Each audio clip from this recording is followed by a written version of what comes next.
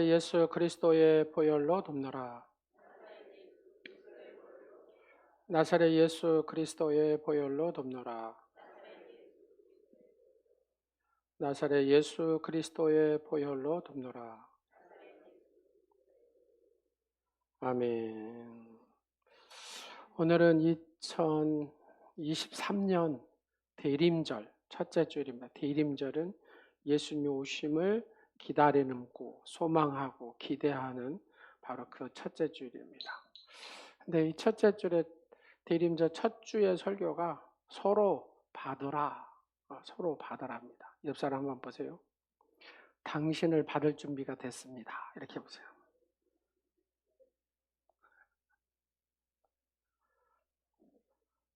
받을 준비가 됐으면 눈을 보고 해야죠.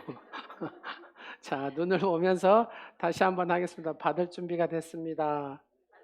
예, 예. 어느 노사협상의 이야기를 말씀을 드리는 것으로 오늘 설교를 시작하려고 합니다. 어느 공장에서 서로 밀고 당기며 노사 간의 협상을 하고 있었습니다. 노조 측은 20% 임금 인상, 20% 뭐 하는 거죠. 회사 측은 경영 사정으로 받아들일 수 없다라고 맞습니다. 노조 측도 양보할 수 없어서 결국은 교섭과 조정이 결렬 직전에 이르렀습니다. 양측이 회의를 끝내고 자리에서 일어서려고 하는 무렵에 갑자기 막 폭우와 함께 천둥 번개가 팡팡 하면서 치기 시작했습니다. 양측은 하는 수 없이 이제 비가 그쳐야 나오지 않겠어요. 그래서 다시 자리에 앉았습니다. 서로 침묵하며 이렇게 고개를 떨구고 이렇게 앉아 있습니다. 사측은 사측대로, 노조 측은 노조 측대로. 근데 지붕이 이렇게 뚫렸나 봐요. 지붕에 틈에서 빗물이 줄줄줄 흐르는데 사장이 앉아있는 그 자리에 머리에 툭툭 떨어지면서 옷에 빗물이 쏟아졌습니다. 그걸 바라본 노조위원장이 얼른 일어나가지고 자신의 옷을 딱 벗어서 사장의 머리 위에 이렇게 옷으로 덮는 거예요. 그러면서 노조위원장이 사장님한테 이렇게 얘기합니다. 사장님 죄송합니다. 저희들 때문에 이런 봉변까지 당하시게 됐습니다. 사장의 그 언어와 또 그 하는 노조위원장이 하는 모습을 딱 보고 이렇게 얘기합니다. 아니요, 정말 고맙소. 난 당신이 회사와 나를 적으로 생각하는 줄만 알았습니다. 당신들의 진심을 알았습니다. 요구한 것을 내가 그대로 받아들이겠습니다. 합의서를 가지고 오십시오. 제가 도장을 찍겠습니다. 그 순간에 노조위원장이 이를 막았습니다. 사장님, 아직 도장을 찍지 마세요. 저희들도 내심 양보하는 선이 있었습니다. 순간적인 감동으로 사장님이 도장을 찍어버리면 회사가 어려울 수가 있기 때문에, 회사 경영이 어려울 수가 있기 때문에 그러시면 안 됩니다. 또 사장이 이렇게 얘기합니다. 아니요, 내가 양보할 차례입니다. 20%를 그대로 인상하겠습니다. 아니요, 안 됩니다. 사실은 15% 더 이하로 우리가 생각하고 있었습니다. 뭐 이랬다는 거예요. 결론은 여러분들이 잘 아실 겁니다. 오늘 본문을 대하는 사람들은 신학 공부를 받지 않았던 이 본문이 교회 내의 갈등의 문제에 대해 말씀하고 있다는 것을 쉽게 짐작할 수 있을 것입니다.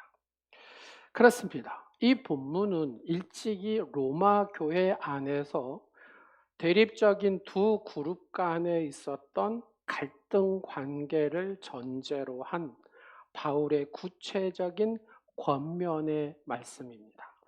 본문은 보다 바르게 읽고 이해하기 위해서는 본문의 배경이 되고 있는 역사적인 상황을 이해하는 것이 크게 도움이 됩니다. 그런 의미에서 본문의 내용이 쓰여지게 된 역사적 상황을 먼저 말씀드리겠습니다. 본문의 배경이 되고 있는 역사적 상황은 유대인 그리스도인, 유대인들 중에서도 예수 그리스도를 영접한 유대인 그리스도인과 이방 사람들인데 이방 사람들이 예수 그리스도를 영접한 이방 그리스도인의 갈등이라고 볼 수 있습니다. 이 갈등의 문제가 바울이 이 로마서를 쓰게 된 주요한 목적 중에 하나입니다. 이 문제를 말씀드리려 할 때에 자연히 그 대제국에 세워졌던 로마 교회의 기원의 문제까지 거슬러 올라가지 않을 수가 없습니다. 로마 교회를 누가 그러면 개척했냐? 여러분, 로마 교회 누가 개척했대요? 들어본 적이 없잖아요. 아직까지 정확하게 알려지지는 않습니다. 전하는 바에 의하면 베드로가 로마 교회를 개척했다는 설이 있지만 그것은 설득력이 부족합니다. 많은 사람들이 추측하건대 로마 교회는 로마에 이주해 온 디아스포라 유대인들을 통해서, 그러니까 디아스포라 유대인 그리스도인들을 통해서 예수 그리스도의 복음이 자연스럽게 퍼져나가면서 이것으로 말미암아 유대인들의 중심이 되어서 로마 교회가 시작되었을 가능성이 크다고 보는 것이죠. 이러한 로마 교회가 바울이 활약했던 주후 50년 초기에 엄청난 영향력을 발휘하는 교회로 성장을 로마 교회가 하거든요. 여러분, 로마 교회에서 이 예루살렘 교회를 막 구제하고 돕는 그런 얘기도 나오잖아요. 그리고 그 교회의 핵심 세력이 누구였냐? 바로 유대인 그리스도인이었음을 우리가 분명히 알게 된 것이죠. 그런데 뜻하지 않은 한 사건이 터져요. 로마 내에서 유대인들끼리 어떤 종교적인 갈등을 가지게 되면서 유대인 폭동이 일어나게 됩니다. 그러니까 그리스도를 믿는 문제 때문에 로마인들 사이에 종교적인 논쟁이 심화되어서 이것이 폭동으로까지 확대된 것이죠. 이 문제를 해결하기 위해서 당시 로마의 황제인 클라디우스라는 황제가 있었는데 이 클라디우스 황제가 49년에 유대인을 다 로마에서 쫓아버려라 하고 칙령을 내립니다. 그래서 모든 유대인들은 로마에서 살 수가 없게 돼가지고 다 뿔뿔이 흩어지게 됩니다. 따라서 로마 교회에서 중심 세력으로 형성했던 유대인 그리스도인들이 어째요? 로마에서 다 쫓겨났기 때문이죠. 교회가 텅 비게 되잖아요. 바울이 여러분 고린도에서 만났던 인물이 있어요. 여러분 많이 들어보셨을 거예요. 아굴라와 브루스길라. 이 아굴라와 브루스길라 또한 로마 교인이었거든요. 이게 유대 그리스도인, 로마 교인이었는데 그때 쫓겨난 거죠. 칙령에 의해서. 그래서 고린도로 갔는데 거기서 누구를 만났다고요? 바울을 만난 거다 그 말입니다. 이런 칙령으로 말미암아 로마를 떠나게 된 유대인 그리스도인이 많았다 그 말입니다. 유대인 그리스도인들이 떠난 로마 교회는 그러면 자연히 누가 채웠겠어요? 이방인 그리스도인들이 주도권을 잡게 됩니다. 한 사람 하면서 그 후 로마 교회는 막 수적으로 엄청난 부흥을 이룹니다. 어마어마한 성장을 이루고 제국의 수도에 있는 교회였기 때문에 그 영향력이 날로 크게 되었다라는 얘기입니다. 여러분, 지금도 그러잖아요. 여러분, 우리 교회가 한 10만 명 모인다고 생각해 보세요. 10만 명 모이는 교회가 딱 성장하는 순간에 우리 교회는 아마 광주 광역시에 있는 정치인들은 다 앉아있을 겁니다. 여기가. 왜요? 당락이 결정이 돼버리기 때문에. 무슨 얘기인지 아시겠죠? 그러니까 로마 교회가 이렇게 크게 영향력을 끼치기 시작한 겁니다. 그 후 54년쯤에 네로라는 사람이 로마의 황제가 돼요. 그때 이 칙령을 폐지합니다. 그래서 유대인들이 이방에 막 이렇게 돌고 있다가 유대인 그리스도인이 다시 로마 교회로 귀환을 하게 되죠. 로마 교회로 다시 왔는데 유대 그리스도인이 쉽게 내가 한번 이야기해 볼게요.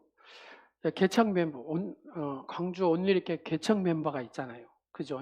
개척 멤버가 있어요. 한 100명 있었다 합시다. 근데 이분들이 여하튼 칙령을 통해서 여기서 못 살고 나갔어요. 나가가지고 있는데 다른 교인들이 이렇게 채워가지고 이렇게 부흥을 이루었다 그 말입니다. 근데 이제 다시 이제 칙령이 이렇게 딱 폐지가 되고 다시 돌아왔어요. 근데 벌써 이 교회는 어째요?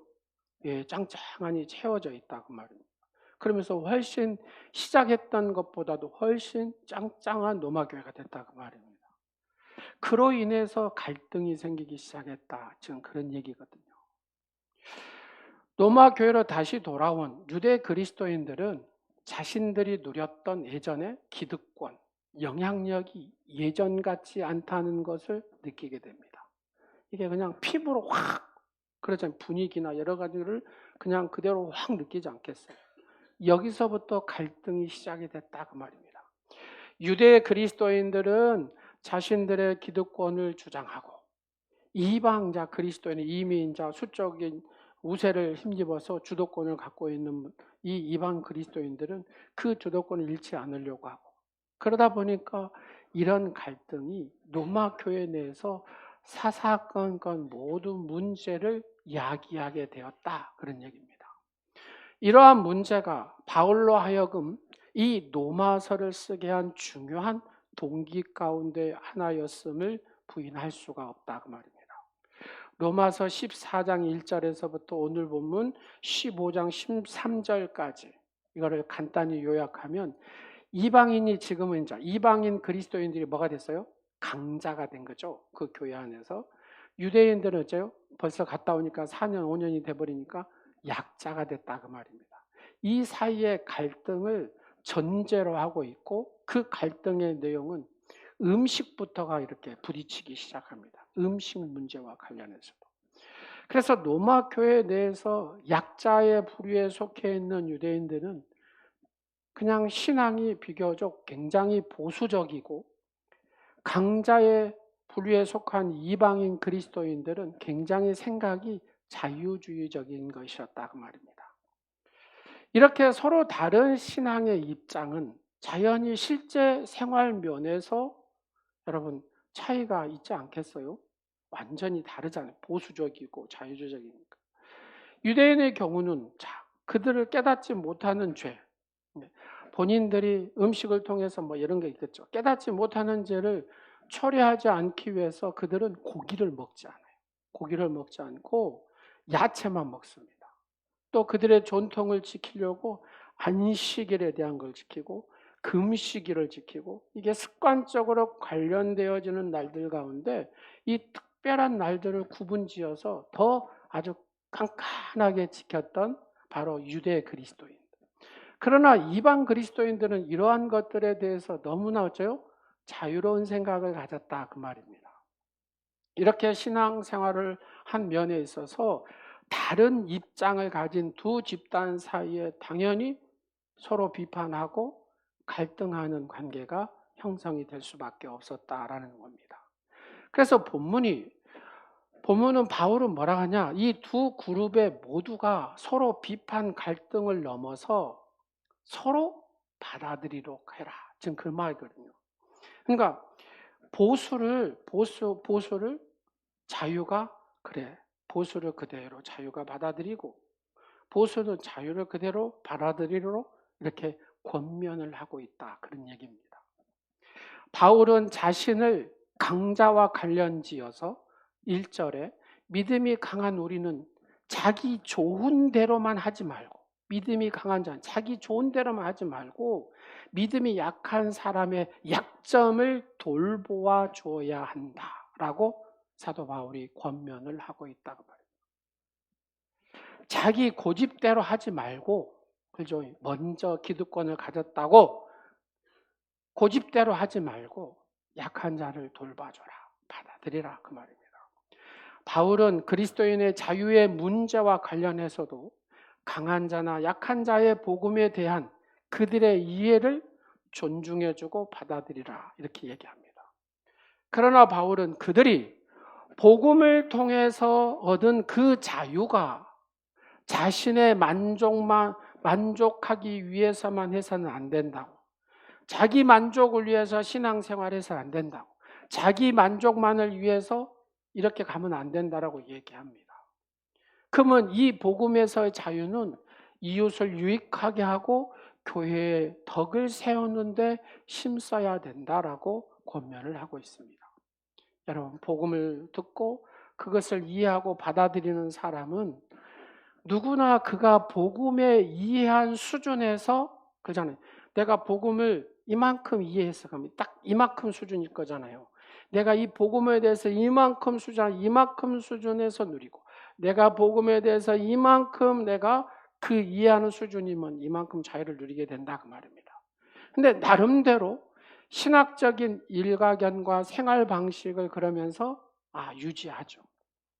중요합니다. 그러나 그러한 것들은 내가 지금 이 정도, 내가 복음에 대해서 이렇게 이해한 수준이 이게 완전한 거냐? 아니다 그 말입니다. 불완전한 것이다 그 말입니다. 그런데 교회 안에서 먼저 믿는 사람들, 그리고 자기의 기준을 딱 가지고 가는 사람들은 자기가 완전하다라고 착각을 한다는 거죠. 예. 그러면서 상대방을 볼 때 너는 불완전해, 나는 완전해. 이것은 자기가 완전하지 않는데 완전한 것처럼 생각한다. 불완전한 자기의 모습을 완전한 것처럼 생각을 하는 거죠. 그러면서 강요하다 보니까 여러분 서로를 받아들이지 못하고 그게 갈등과 분열의 요인이 되곤 한다 그 말입니다. 저의 얘기를 조금 해볼게요. 제가 7살부터 예수를 믿게 됐습니다. 저희 아버님 돌아가시는 그 무렵이 됩니다. 그러면서 영적인 여러 가지 얕은 일들이 있었습니다. 그러면서 제가 원불교 유치원에서 교회를 가게 됩니다. 그러면서 신앙생활을 이렇게 하는데 어떻게 보면은 다른 사람들보다 어렸을 때부터 신앙생활을 잘했습니다. 뭘 보면 잘했냐? 여러분 예전에는 이런 암송, 출석, 예배 태도 뭐 이런 거 다 있잖아요. 그걸 다 체크해갖고 1년에 지금 성탄절 맞이해가지고 뭘 줘요? 상을 줘요. 상을 1등, 2등, 3등 해갖고 상을 주거든요. 그러면 막 공책도 이런 거 필통 막 이만큼씩 받거든요. 제가 그거를 한 번도 놓친 적이 없어요. 그러니까 잘했다는 소리잖아요. 뭐. 그러다 보니까 신앙 안에서 절제, 금기적인 생활 방식을 통해서 저는 내적인 평안과 내적 갈등이 없는 신앙생활을 유지해 가려고 노력을 했습니다. 때때로 그러한 금기 상황들이 내가 의지적으로 막 했는데 이게 안 될 때가 있잖아요. 안 될 때 심한 내적 갈등과 부자유를 경험하곤 했습니다. 그리고 다른 사람들에게서 제가 준수하고 있는 절제와 이런 금기의 상황들이 지켜지지 않을 때 저는 그 장로님을 보면서 그 안소 집사님을 보면서 그 집사님 어릴 때 그 눈이 그만 실망하게 되고 좌절하게 되고 신앙생활을 저렇게밖에 못할까 비판의 감정을 어렸을 때 갖게 됐다 그 말입니다.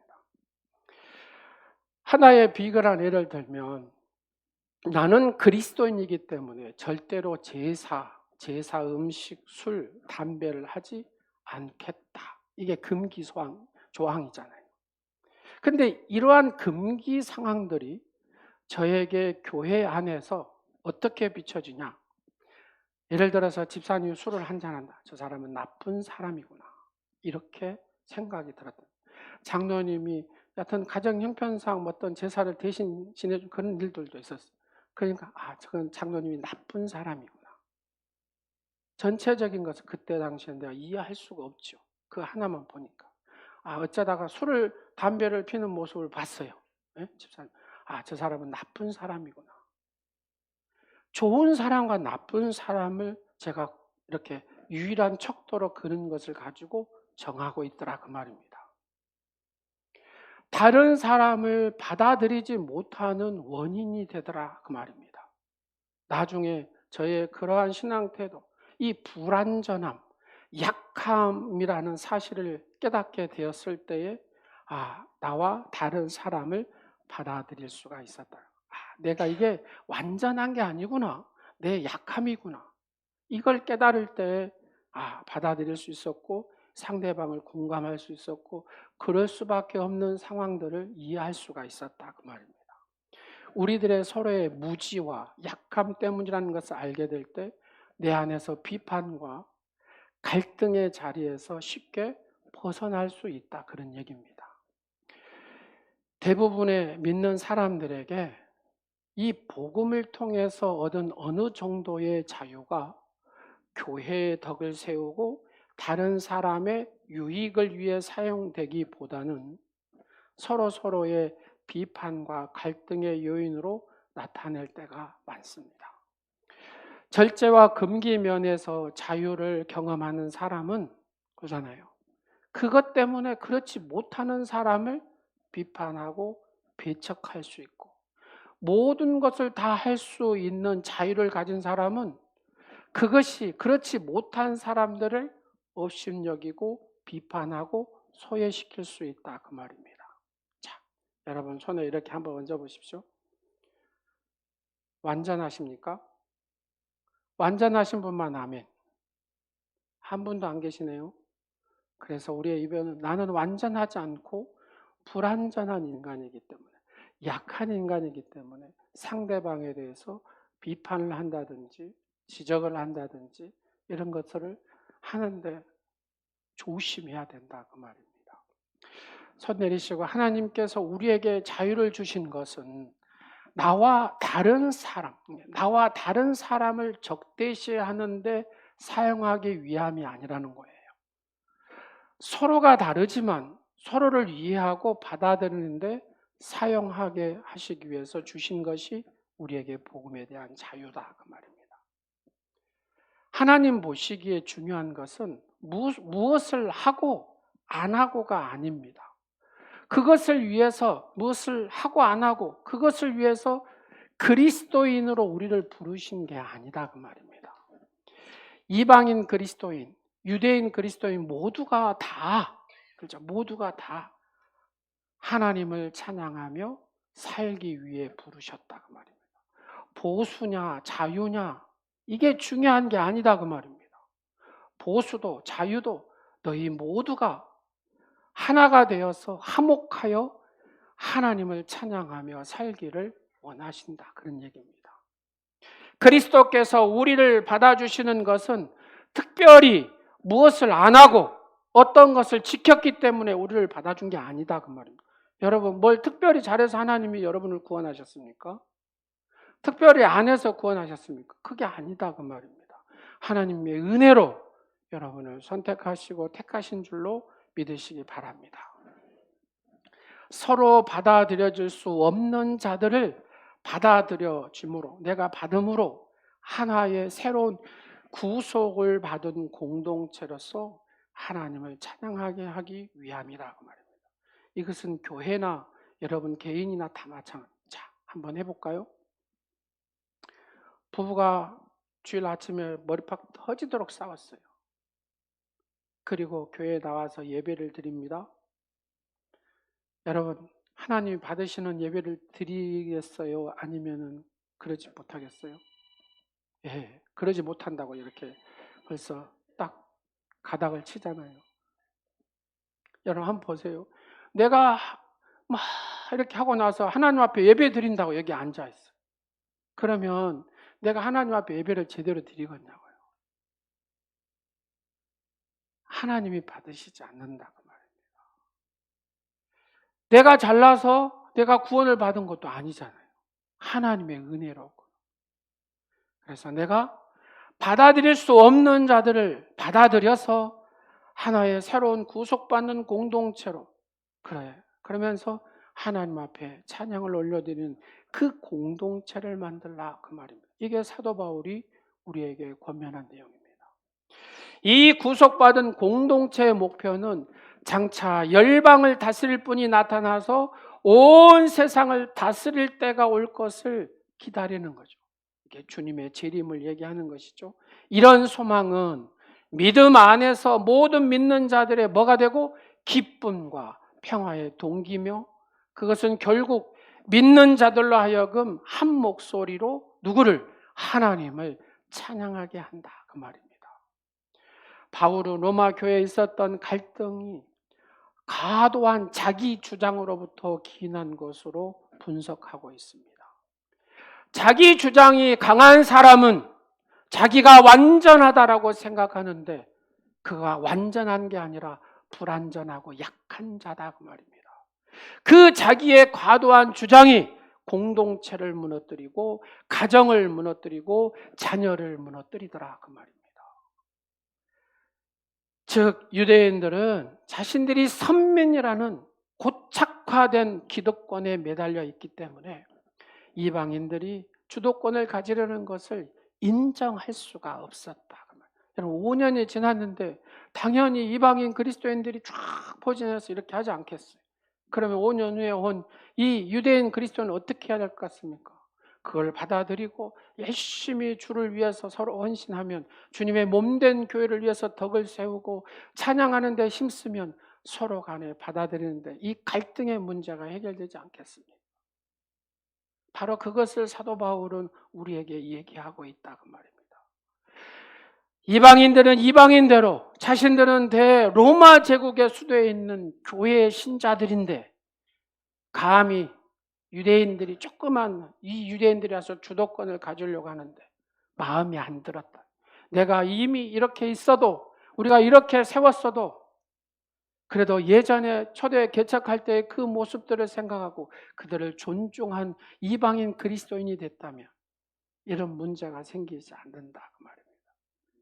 각자가 자기의 주장만을 하고 자기의 기득권을 빼앗기지 않으려고 하니까 갈등의 문제가 해소가 돼요. 그렇죠. 갈등의 문제가 해소가 될 수가 없어요. 이것은 어느 공동체건 다 연결이 되는 것이다, 그 말입니다. 오늘 교회도 마찬가지입니다. 모든 갈등의 내면을 보면 기득권을 잃지 않으려는 것들로부터 이 갈등의 시작이 있거든요. 그리고 상대방을 인정하지 않으려고 하는 데서부터 생기는 것이 갈등입니다. 교회 안에서 이러한 갈등을 해결하기 위한 근본적인 해결책은 오늘 이 본문의 말씀을 우리가 잘 이해해야 됩니다. 서로 받으라는 겁니다. 서로 받으라는 겁니다. 누가 잘났냐, 잘못했냐, 이게 중요한 게 아니다, 그만. 여러분 본문에 말씀하는 주요한 핵심의 내용이 무엇입니까? 누가 옳은지, 누가 그른지 판단해 보려고 말하지 않습니다. 오히려 그것보다 서로 받으라고 명령하고 있거든요. 여러분 갈등이 일어날 때 우리는 흔히 누가 잘했고 누가 잘못했고 막 분별하려고 하잖아요. 그러잖아요. 그리고 막 해결하려고 하잖아요. 아, 누가 잘했어? 누가 잘못했어? 딱 여러분 명확하게 한다고 해서 그 갈등이 해결됩니까? 그렇죠. 그렇지 않더라고 말입니다. 대부분의 판결이 상황에 따라 공정하게 이루어지지 않을 뿐 아니라 공정한 결정이 난다고 해도 잘못한 편에서 순순히 그것을 받아들이는 쪽이 한쪽도 없어요, 보면. 그래서 오히려 갈등이 더욱 깊어지는 것을 볼 수가 있습니다. 모든 것이 가하나 모든 것이 유익한 것이 아니다, 그 말입니다. 사랑하는 아내들이요. 그렇죠. 아내의 말이 여러분 사실이고 진짜고 참 의미가 있잖아요. 그죠? 그러잖아요. 모든 것이 가지요. 아멘? 진실이잖아요. 남편 잘 되라고 얘기하는 거잖아요. 진실은 이게 잔소리입니다. 모든 것이 가해. 근데 그것이 모든 것이 그 남편에게 유익한 것이 아니다, 그 말입니다. 한 번 듣고 두 번 듣고 세 번 듣고 하면 저 열받아요. 그러면 소리가 안 들립니다. 그러면 어떻게 됩니까? 갈등이 일어납니다. 내가 얘기하는 것이 다 맞다고, 맞아요. 그렇죠. 아내의 말이 다 맞아요. 이게 잔소리라니까. 틀린 말하면 헛소리가 되는 거죠. 근데 그게 다 유익한 것은, 상대방에 유익한 것은, 또 아내들이 보통 그러잖아요. 내가 언제 거짓말한 거 봤냐고. 여러분, 교회 안에서도 마찬가지입니다. 내가 한 것이 다 100% 옳다라고 생각하거든요. 아, 그래요. 사실일 수도 있어요. 근데 그게 다 유익한 것은 아니더라는 얘기입니다. 우리는 명심해야 됩니다. 내가 완전한 자가 아니라는 사실, 내가 불완전하다는 사실을 가져야 서로 화목하게 하는 이 직분을 잘 감당할 수 있다는 걸 말입니다. 교회라는 공동체의 갈등의 해소는 서로 인정하고 서로 받아들이는 길이 가장 성경적인 방법이다라고 사도 바울이 권면합니다. 이거는 부부 관계도, 가정에서 자녀들과 관계도, 교회 셀에서도, 교회의 모든 성도와 관계도 마찬가지입니다. 그러면 이 사람이 잘못됐어요. 심판은 누가 하는 겁니까? 하나님이 하는 거예요. 하나님 앞에 맡겨드리는 것이 성경적인 방법이에요. 이 세상의 교회는 그 교회 자체가 목적이 아닙니다. 교회는 이 세상에서 하나님의 나라와 의를 실현하기 위한 그냥 수단이라고 생각하시면 돼요. 가정교회도 마찬가지지 않겠습니까? 누가 완전한 자가 있습니까? 완전한 자는 없습니다. 독일의 신학자 판넬베그라는 유명한 신학자가 있는데 이는 교회를 이렇게 정의합니다. 교회는 그 자체가 하나님의 나라가 아니며 하나님의 나라는 교회의 미래며 교회의 미래는 세상의 미래다. 교회가 무너지면 세상도 무너진다. 그런 얘기죠. 그리고 그는 교회는 도래하는 새로운 하나님 나라의 안에서 새로운 인류의 시작이며 그들은 하나님의 미래에서 그 운명이 규정 지어진 무리들이다. 여러분, 하나님께서 우주 만물을 창조하시고 가정교회를 세우셨잖아요. 아담과 하와를 통해서 가정교회를 세우셨어요. 그리고 서로 잘 받아들이도록 이렇게 하셨다 그 말입니다. 근데 이게 받아들이지 않으니까 아내가 남편을 안 받아들이고 남편이 아내를 안 받아들이고 이럴 때죠. 가정에 문제가 되죠. 교회도 똑같습니다. 누가 잘났고 못났고 막 이거 따지면 절대로 그 갈등의 문제가 해결되지 않는다는 겁니다. 나의 부족함과 나의 불완전함을 인정하고 서로 받아들일 때에 해결이 된다는 겁니다. 그래서 교회는 미래를 이렇게 향하여 가는 희망의 생명 공동체다 그 말입니다. 생명 공동체는 살아있는 공동체. 근데 뭐가 있어요? 소망이 있고 희망이 있는 공동체다 그 말입니다. 말씀을 마치도록 하겠습니다. 여러분, 대림절을 우리가 첫 번째 좀 맞이하여서 우리는 다시 한번 우리의 자신의 모습을 살펴봐야 되겠습니다. 제가 5가지로 정리했습니다. 첫 번째, 우리는 하나님의 약속의 말씀, 약속을 믿는 신앙 공동체로서 그 약속을 바라보며 나아가고 있는가? 여러분, 하나님의 언약의 약속의 말씀을 바라보고 나가요. 이거 안 나가면, 이거 약속의 언약의 말씀을 내가 바라보지 않고 나가지 않으면 이거는 꽝입니다, 꽝. 두 번째로 우리는 진정한 하나님 나라의 미래를 믿고 있는 공동체인가? 세 번째로 우리는 진정 성경, 이 말씀이 주는 인내라는 것이 내 안에 작동하고 이로 가운데서 소망을 가지고 살아가고 있는가? 네 번째로 우리는 무엇을 목적으로 삼고 하나님께서 우리를 목적으로 각자를 다 창조하셨어요. 그 목적을 내가 제대로 알고 봉사하고 헌신하고 있는가? 마지막 우리는 서도 받아들이고 있는가? 사랑하는 여러분, 오늘 설교 다 잊어버려도 좋아요. 나는 무조건 받아들여야 되겠다. 이걸 작정하고 여러분 의지를 살려서 내가 받아들여야 되겠다. 아멘. 무조건 받아들인다. 시작. 누구 안에서? 예수 안에서. 여러분, 예수 안에서 받아들이십시오. 그래야 가정이 살고 가정이 행복하고 교회 공동체가 살 겁니다. 교회 공동체가 하나님 앞에 존귀하게 드려지는 그런 온누리 공동체가 될 것입니다. 여러분의 인생이 행복해질 것입니다. 예수 안에서 사랑한 아내를 잘 받아들이고, 사랑한 남편을 잘 받아들이고, 사랑한 지체를 잘 받아들이고, 보수를 잘 받아들이고, 자유를 잘 받아들이는 여러분 되시기를 간절히 축원합니다. 기도하겠습니다. 좋으신 아버지 하나님, 우리를 하나님의 거룩한 자녀로 삼으셨습니다.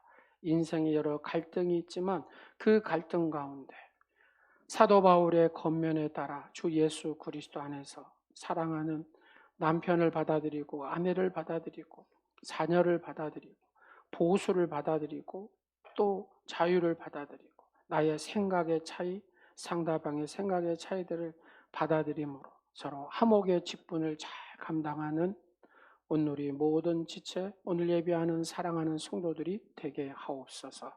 예수님의 이름으로 기도드립니다. 아멘. 찬송가 200, 형제의 모습 속에 보이는, 우리 손 한번 들면서 옆 사람 보면서 좌우로 뒤로, 형제의 모습 속에 보이는, 형제의 모습 속에 보이는 하나님의 형상, 하나님 형상 아름다워라. 존귀한 주의 자녀 됐으니 사랑하며 섬기리. 우리의 모임, 우리의 모임 중에 임하신 하나님의 영광, 하나님 영광 아름다워. 존귀한 왕이, 존귀한 왕이 여기 계시니 사랑하며 한 번만 더 하겠습니다.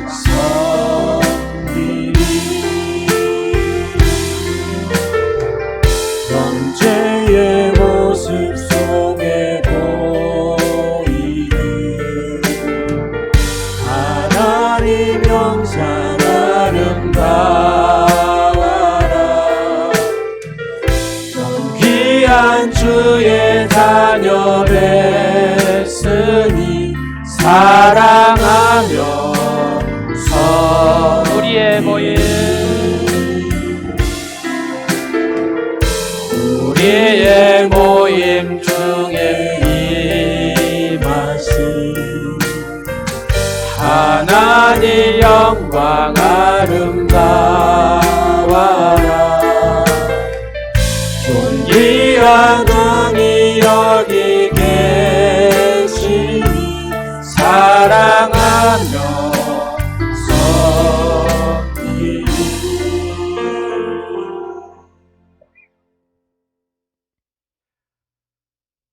사도 바울의 겉면에 따라 서로 받을 줄 아는 믿음의 주인공들이 되게 하옵소서. 약한 자를 도우시고 가난한 자를 부하게 하시는 하나님 아버지, 이 시간 저희의 몸과 마음 모든 예물을 받아 주시옵소서. 주일 예물을 드리는 사랑하는 성도들에게 늘 함께 하시옵소서. 하나님이 주신 것 중에서 11조 예물을 드린 성도의 창고의 복을 채울 것이 없도록 채워주시겠다고 언약하셨사오니 그 언약의 말씀대로 이루시옵소서. 감사 예물을 드리는 사랑하는 성도들에게는 범사의 감사가 넘치게 하시고, 소원 예물을 드리는 성도들에게는 그 소원을 이루어 주시옵소서. 생일 예물을 드리는 심령에 새 생일을 맞을 때까지 영원히 잘되게 하시고 몸이 건강하도록 지켜 주옵소서.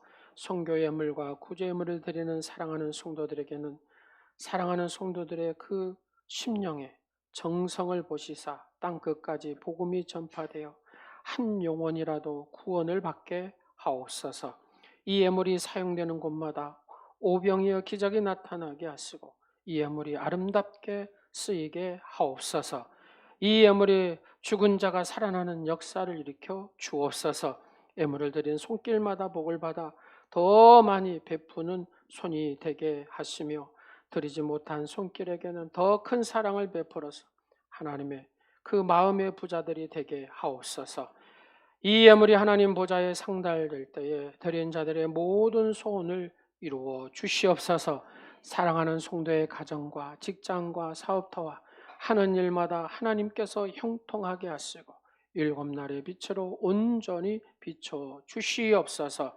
예수님의 이름으로 감사하며 축복하오며 이제는 온 인류의 대속자가 되시는 우리 구주 예수 그리스도의 은혜와 측량할 수 없는 하나님의 크신 사랑과 말할 수 없는 단식으로 우리를 위하여 간구하시는 성령의 감화 감동 권면하심이 대강절 첫 번째 주일을 맞이하여 사도 바울의 권면을 받고 서로 받기로 다짐하며 나아가는 사랑하는 성도들 머리 위에와 가정 위에 이제부터 영원토록 하나님의 평강의 축복이 함께 하시기를 간절히 축원하옵나이다. 아멘. 주 이름으로 모였다 우리가 지금 헤어질 때 언제나 함께 하시며 평안케 하소서. 하나님께 영광의 박수 드리겠습니다. 교회 소식 좀 보겠습니다. 오늘이 대림절, 다른 말로 대강절이라고도 합니다. 첫째 주일입니다. 예수님의 성탄을 기념하고 다시 오심을 기다리는 대림절입니다. 오늘 주님의 오심을 사모하는 마음으로 예배 드리시기 바랍니다. 성만찬 내전 여러분 늘 사모함으로 우리가 한 달에 한 번씩 하지만 늘 여러분의 사모함으로 그렇게 드리는 성만찬이 되었으면 좋겠습니다.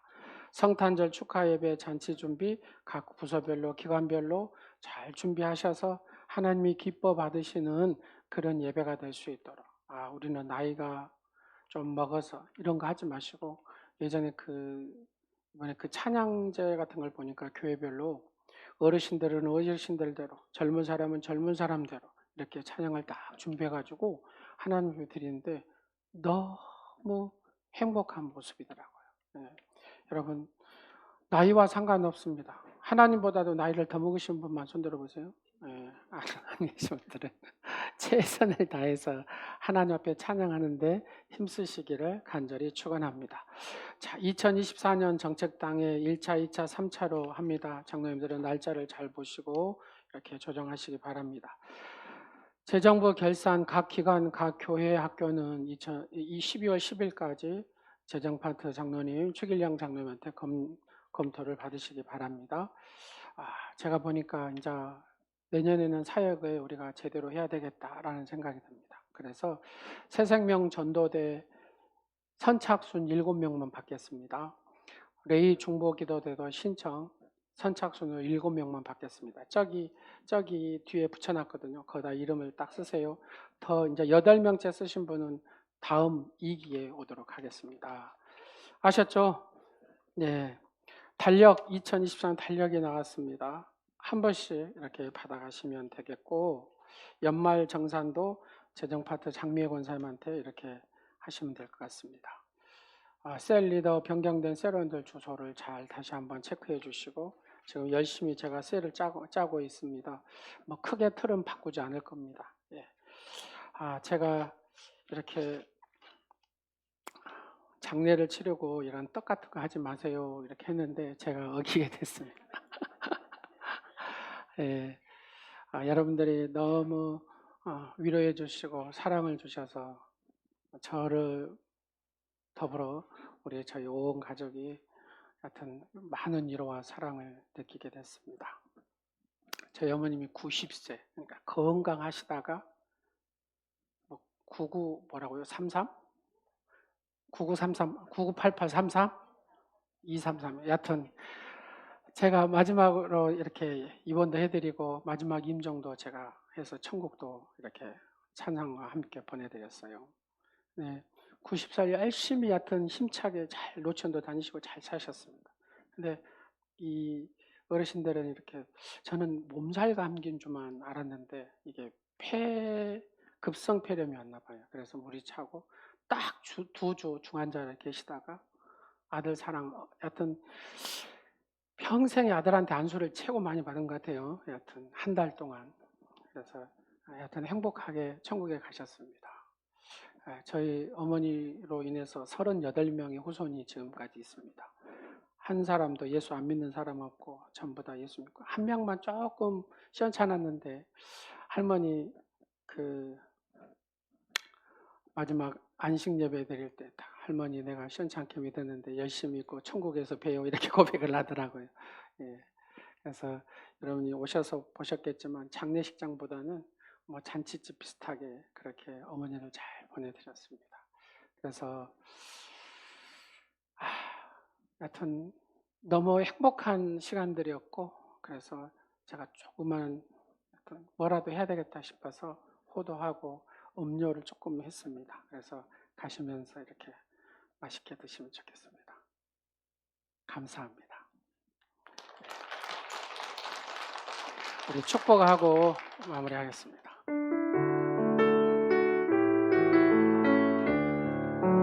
당신은 소중한 사람, 당신은 존귀한 사람, 당신은 존귀한 사람. 이 세상에 하나뿐인 당신은 내게 너무나도 소중한 사람. 그런 당신을 사랑합니다. 그런 당신을 사랑해요. 그런 당신을 축복해요. 그런 당신을 축복해요. 사랑받기에 합당한 당신을 주의 이름으로 사랑하고 축복합니다. 다시 한번 감사드립니다. 예수 그리스도 이름으로 한 주간도 승리하십시오.